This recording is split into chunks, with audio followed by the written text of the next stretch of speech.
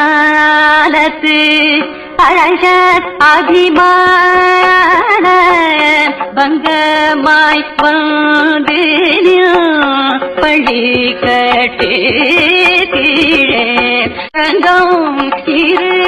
பார்ப்பால் பது தலை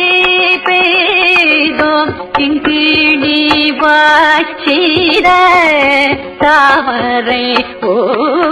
போதே எங்கண் சிறு சிறிதே எம்மேல் விழியாவோ திங்களும் ஆதித்யனும் எழுந்தார் போல் அங்கள்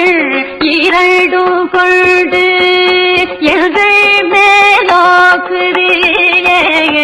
எங்கள் மேல் சாபம் இழிந்தேலோ பாவாய்